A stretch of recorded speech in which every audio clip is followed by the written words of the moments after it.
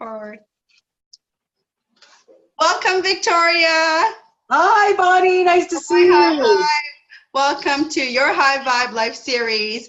Wonderful. Victoria Lorient-Faibish and I actually met a few years ago at an event, and she's local here in Toronto, and Yes. she is an amazing psychotherapist focusing on relationships. I think that's why we connected. Right locally here. So I'm grateful that you're here. I'm grateful you're here too, sweetheart. I'm grateful you're doing this. We're on the journey healing the planet together. Exactly. So a little bit more about Victoria. She is super fabulous. She has been in this industry helping people for over 20 years. She's an author of 2 books, one coming along. She's birthing another one. One of them I actually have here. What was your first book again?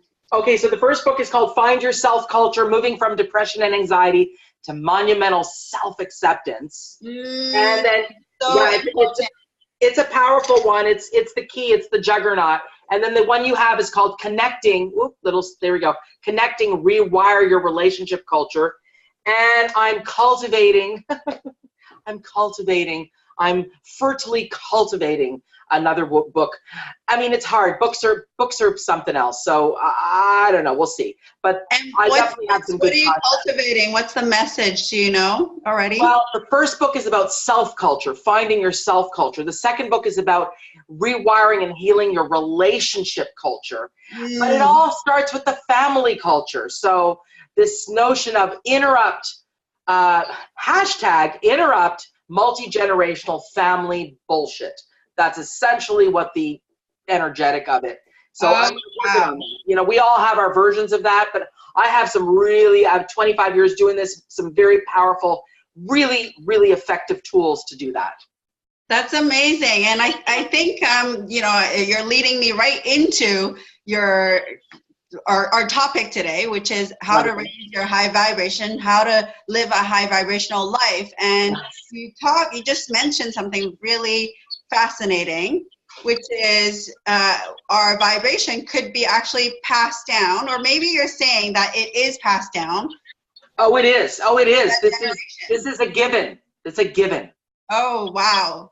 Okay, so can you tell us more about that, since this is your work, you've been doing this for 25 years. Yeah. So what does that mean, and how do you think is the best way to kind of raise vibration of our listeners?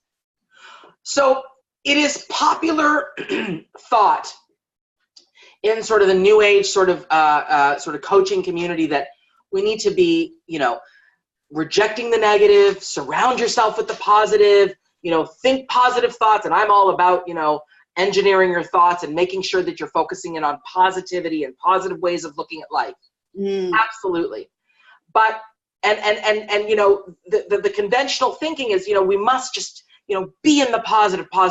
I'm all about that. But really, this is what I would call Band-Aid for raising your vibration. The most important, true, effective pattern and tool to work with to raise your vibration on a more permanent basis is to go toward that which is dark. Make friends with the dark.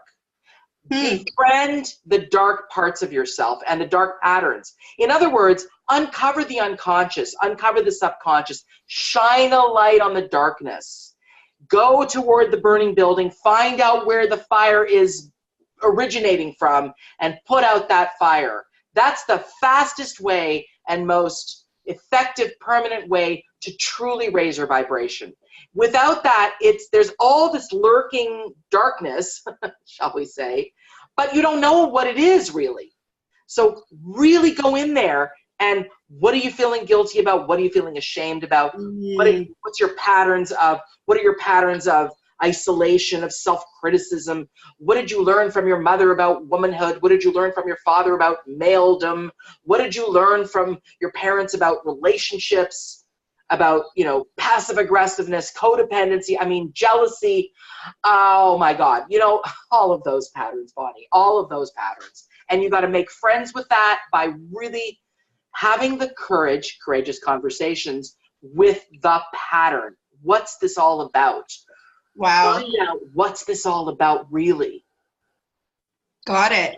Does that make sense? Yeah, it totally does. It totally does. It's like not to kind of cover up, you know, this piece of us that we and just like have pixie dust around us to have the vibration, right? And you and we hang out a lot of positive type events locally here in Toronto, and I 100%. preach that all the time in terms of surround yourself with the right people. However, what you're saying is don't forget to deal with some of the things that may be like deep within that we may not even know about. Well, this is the thing.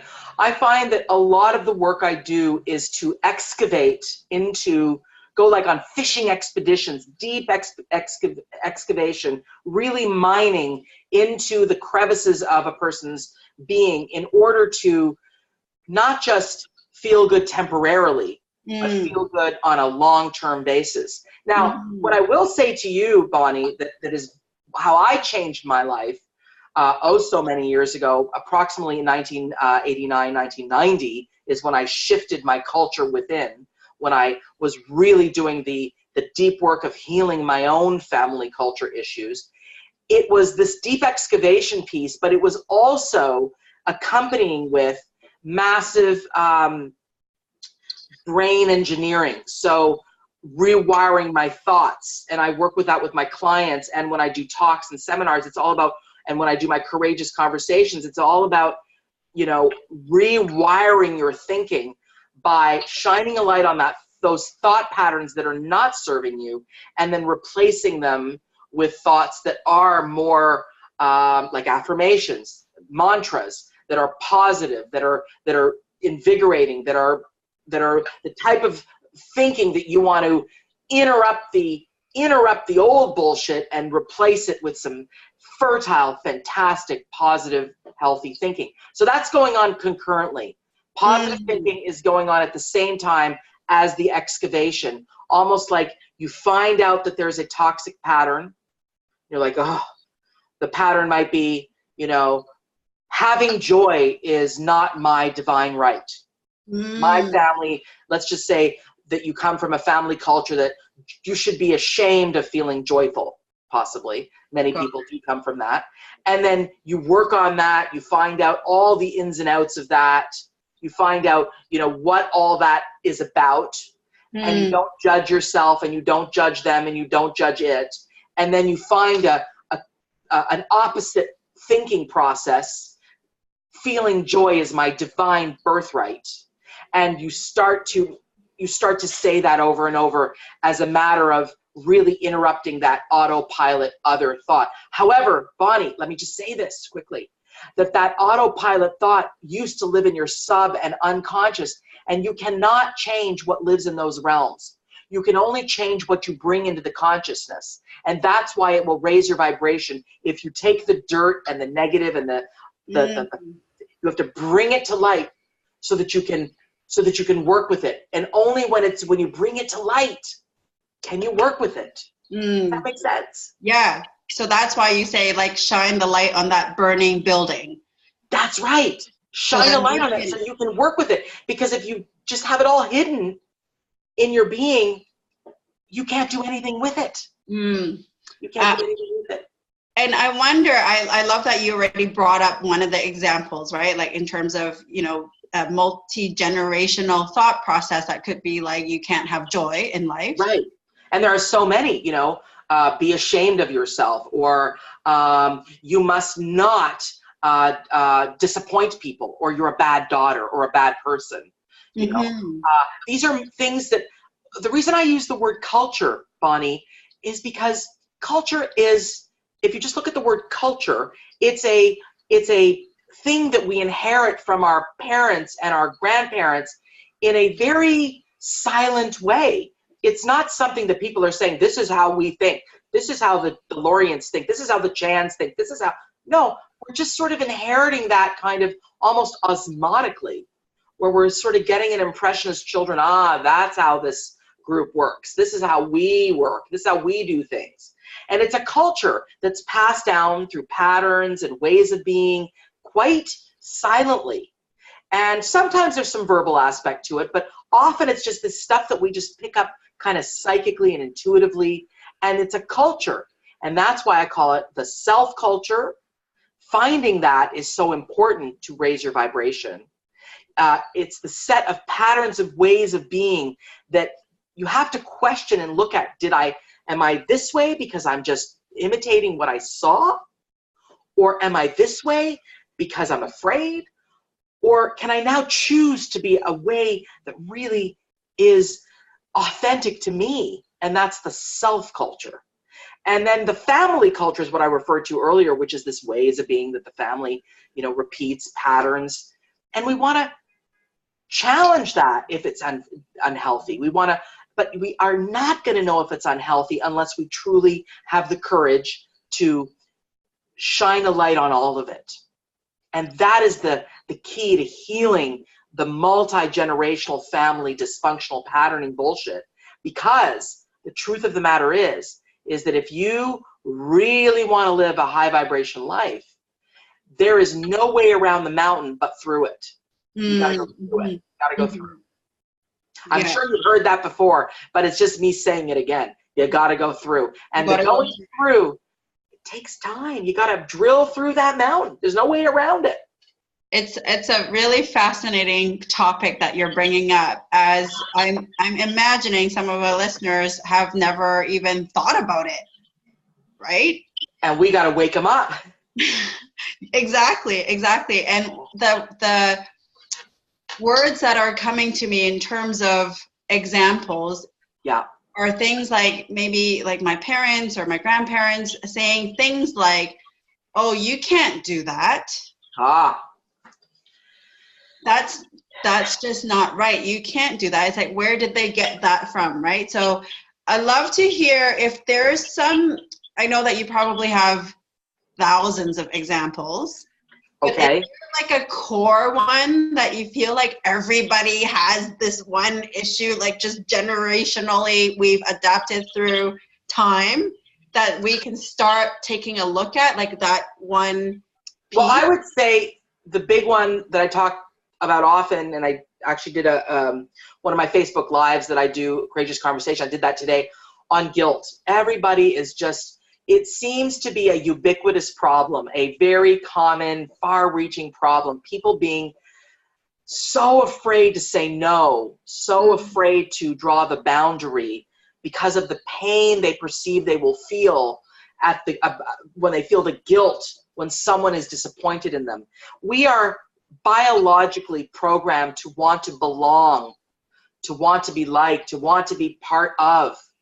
And when we start to draw our line in the sand, put our stake in the ground, we will sometimes, I don't know what we will say here, I don't want to scare anybody, piss someone off or disappoint someone or create a discomfort. And so what I find people doing is avoiding people, ghosting people so they don't have to say no, being at the mercy like a zombie to their guilt, which causes them so much. You see, the thing is, I tell people to weigh these two concepts, the pain of the guilt of saying no, and the much deeper pain and shame and self-loathing of self-betrayal. Self-betrayal feels much worse long run, much more resentment, much more than, so I say, people, when you're confronting the guilt, understand there's some discomfort. But in order to grow, you've got to be willing to feel some discomfort. Don't be a comfort junkie. Yes. Don't be a comfort junkie. Develop the concept of, I need to think of my feelings and my experience as what I am responsible for, but not responsible for other people's feelings. Deliver the message in a kind, fair, and loving way. And some people will be fine with that. But often they're not. They'll have issues. They'll have problems with the fact that you said no. They'll have a belief that you should have said yes. Got it. And so I say, people, listen, repeat after me. Not my monkey. Not my circus. That's awesome.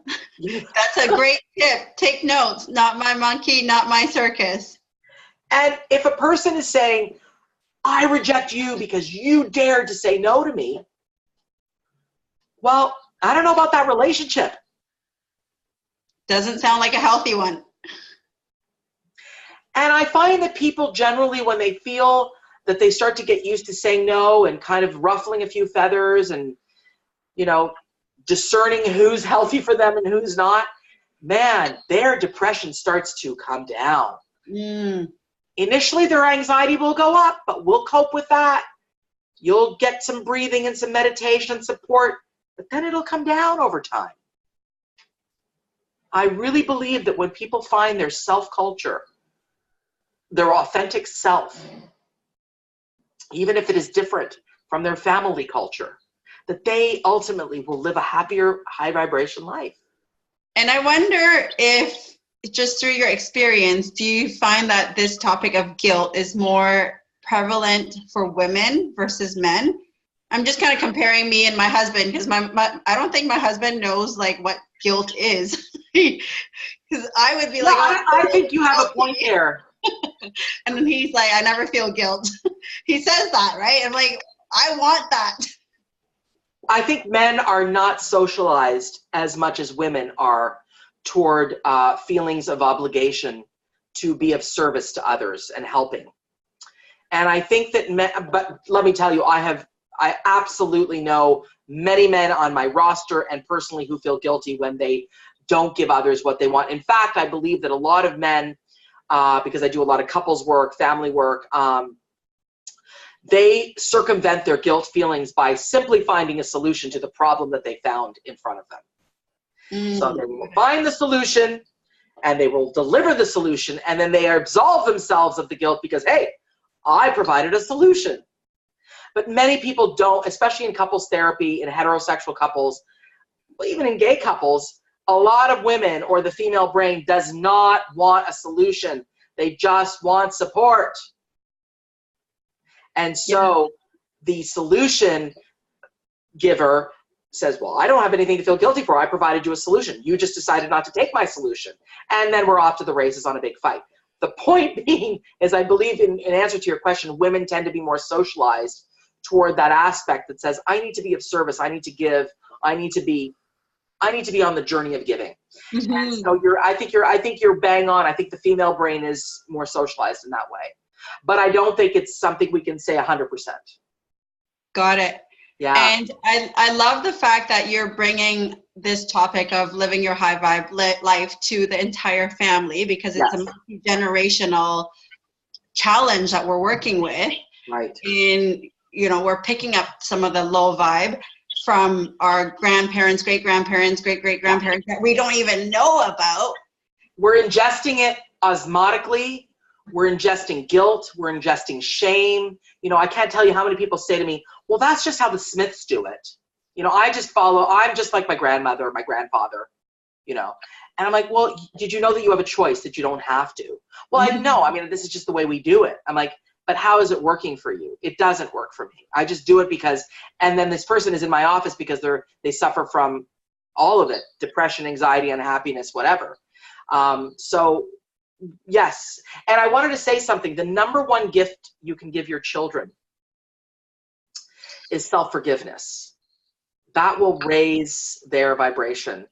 It's not about giving themselves a pass on bad behavior. It's about, even when they behave badly, where they make amends or they make repairs in terms of their bad behavior, but that they don't torture themselves in self-shame, and that they work toward, even if they are feeling,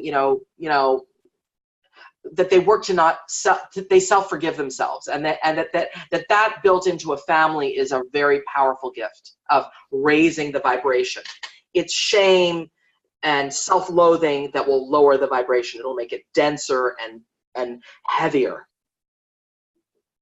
Somehow you're reading my mind, because that was my next question around how can we impact the next generation, whether if we have teenagers or adult children or even young children. This is a question that I actually have for myself, because I'm going through my self-forgiveness, self-kindness, self-acceptance, but... So let me ask you this. How do you teach forgiveness?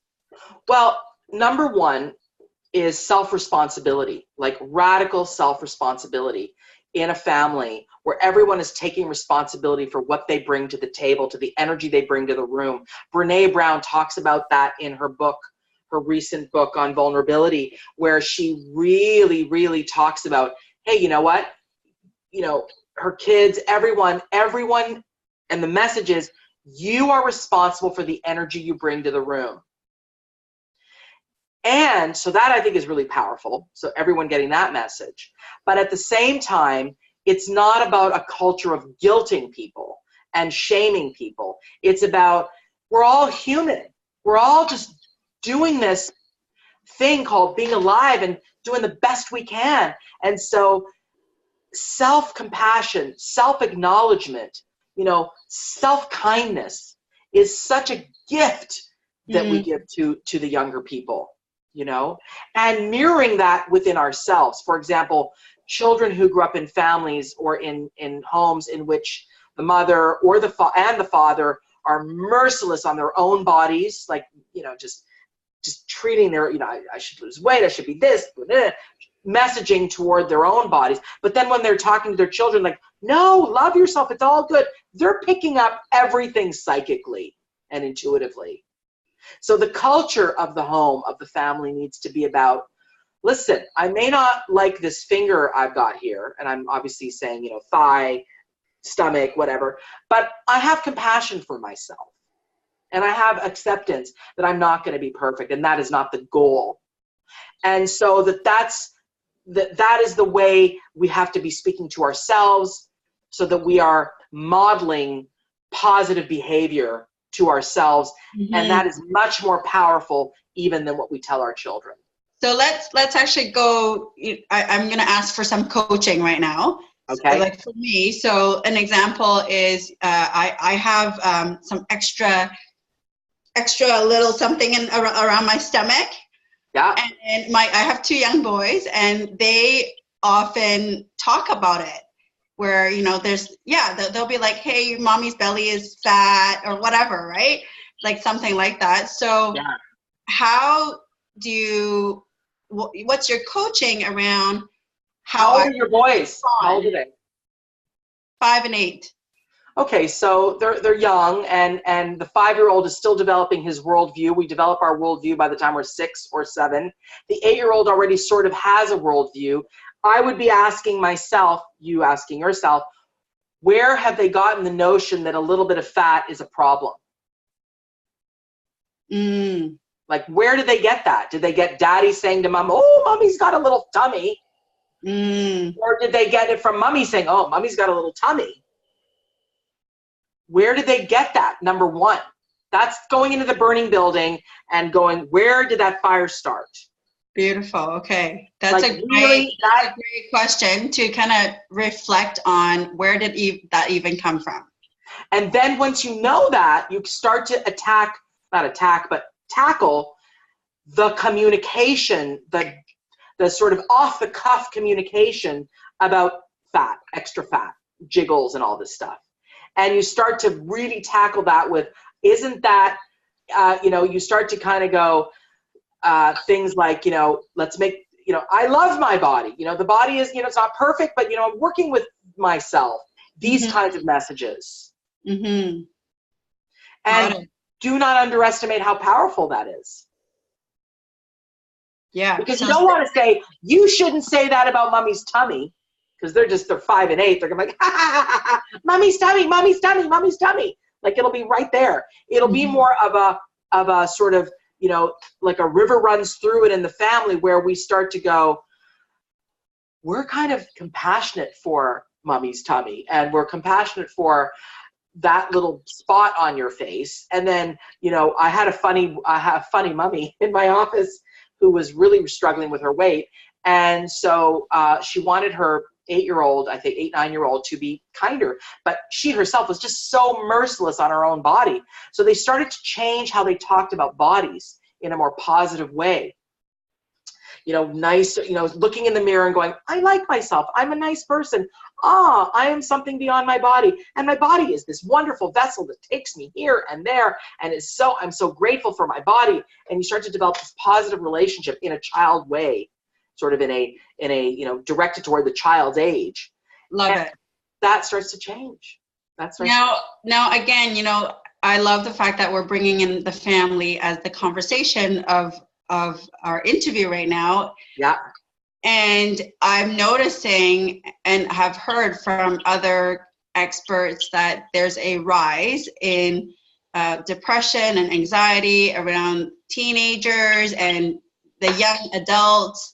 So I know this is like a loaded question.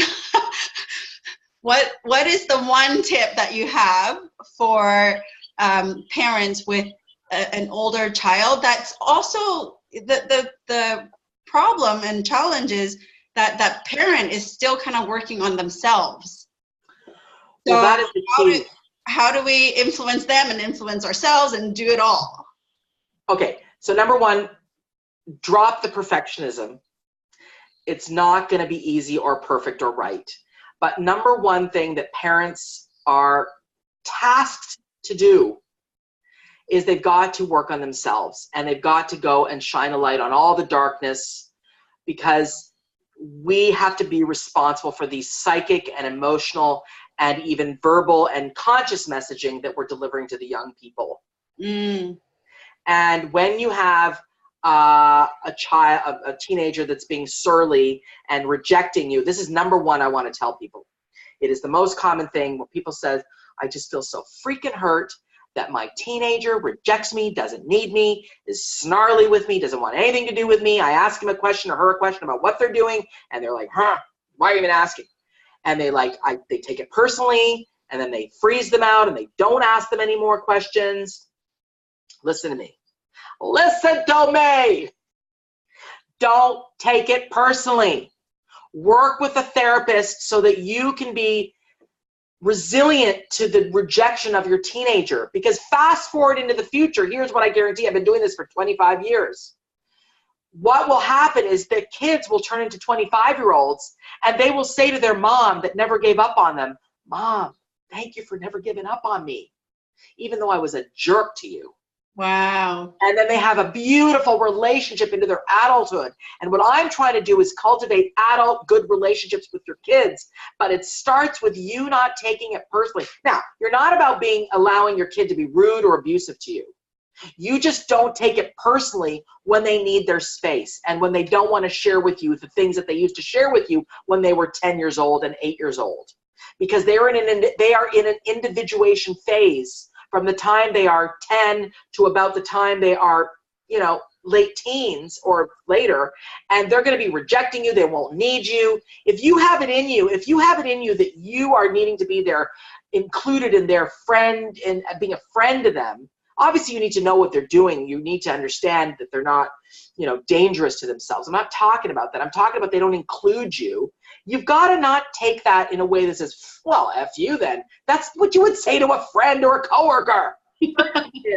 They're your kid. They're your kid, and they're growing, and they're trying to individuate, and you want to try and be as unconditional toward them as possible without permitting abuse or rudeness. You set up a climate of, yeah, I get it. Okay, so you don't want to tell me about that. That's no problem. Drive them to school and talk with them. Be interested in what music they're into.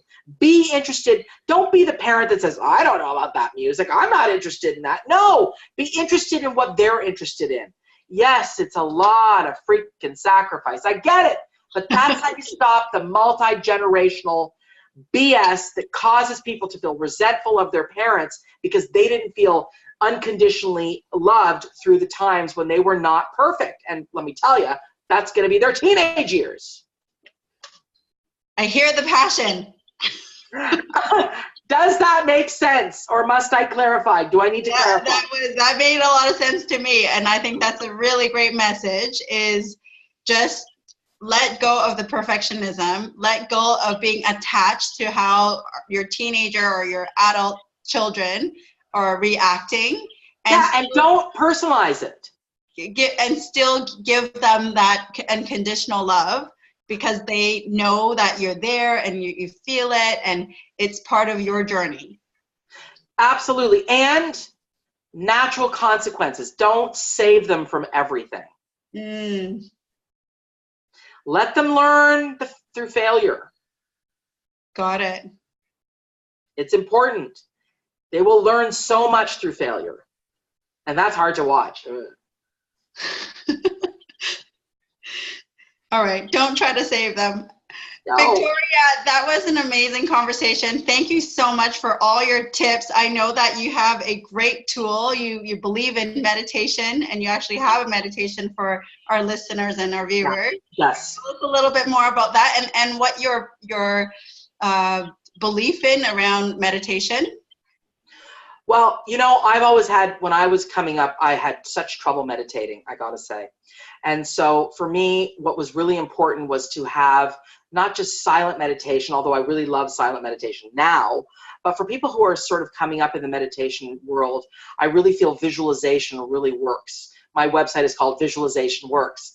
And my free gift to you guys is a free Heal the Hurt Child visualization meditation, in which I take you on a journey with beautiful music and my voice. I do calm my voice down, and I take you to a beautiful visualization of healing the hurt child within. And that is it's about 15 minutes. It is so powerful. I do this live, and I do this, and I have a CD. This is from my CD, my meditation CD set, which I don't have here, but it's a meditation. It's a double meditation CD with 3 journeys on it, and it's 2 CDs and just the music on and a chant on the second CD. But this, I know CD. I know you can get it on iTunes. You can get it on iTunes and all the other places electronically. But this is one of those meditations, and it's a gift to you because I feel so strongly when we heal our hurt child within, we can be better adults. So beautiful. Thank you so much. That sounds amazing. I'm going to download it myself and use it. I think any tool that's available to us to raise our vibration and to raise the family's vibration is totally appreciated. Thank you so much. And one more in terms of how we stay in touch with you. You started a Facebook Live. Yeah. So conversations. Tell us a little bit more about that and how people can find you. Courageous Conversations. It's a Facebook Live, 9:30 a.m. Eastern Standard Time. On you have the link to my page. It's actually my profile page on Facebook, and that's the live. And you can get all of this information on my website, visualizationworks.com, visualizationworks.com, the live link and then the replay link, and I share it ubiquitously. I share it quite widely, the replay, and then it's on my website as well, so you can catch the back ones. And it's also on my YouTube channel called youtube.com/courageous conversations, /courageous conversations. So many places that you can access that, and you can communicate with me in those ways. Join my group, Courageous Conversations, on Facebook. It's a private, or a closed group, I should say. I'm there often. Inspiration. You can let it all hang out, and people will be there to support you. And yeah, it's a beautiful way to be in touch with me. And like my page, Courageous Conversation, and Victoria Lorient-Faibish, Courageous Conversations. Thank you so much once again for being with us, and together we will raise the vibration of our communities. Thank goodness that we get to do this. I really appreciate your work, Bonnie. Raising the vibration of everyone and the community and the world is what it's all about, so thank you. Amazing. Bye for now. Bye.